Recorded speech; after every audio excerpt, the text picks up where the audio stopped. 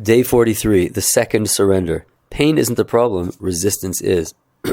Let's be honest, the idea of surrender in the face of deep personal loss, like the death of a child, feels wrong.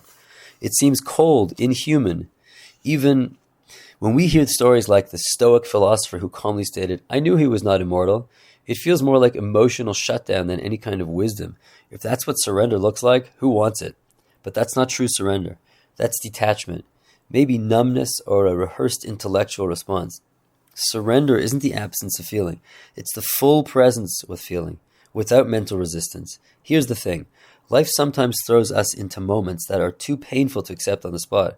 Our usual spiritual advice, just surrender, doesn't always land when you're in shock, grief, or rage. And that's okay. You missed your first chance at surrender, but life, generous as it is, gives you a second one. That second chance begins when you stop trying to accept the external situation and instead turn inward and accept your inner state. If you can't accept what's happening out there, accept what's happening in here. Feel the grief, the despair, the rage without judgment.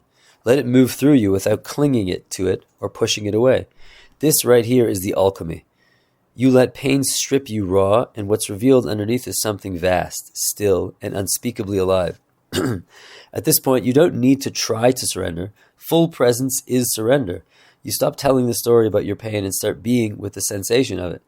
You feel it in your chest, your stomach, and your breath. You don't label it, dramatize it, or use it to fuel your victim identity.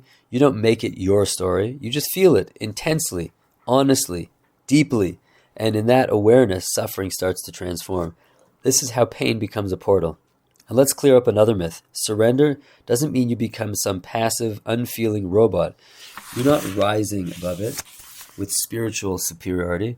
You're not faking peace or pretending to forgive while secretly fuming. True surrender feels like falling through the bottom of your pain and discovering that you are not the pain. You are the space around it. You are the light that illuminates even the darkest corners of grief. Yes, this kind of transformation often only comes after the ego gets pummeled by life, tragedy, illness, heartbreak. These limit situations can snap us out of illusion like nothing else. But the good news is, you don't have to wait for a cosmic smackdown to wake up. You can choose presence now. You can choose to stop manufacturing pain by resisting what is. This is the difference between suffering your way to enlightenment and walking there with open eyes. One path drags you bloodied and bitter to the truth. The other welcomes it with courage and clarity.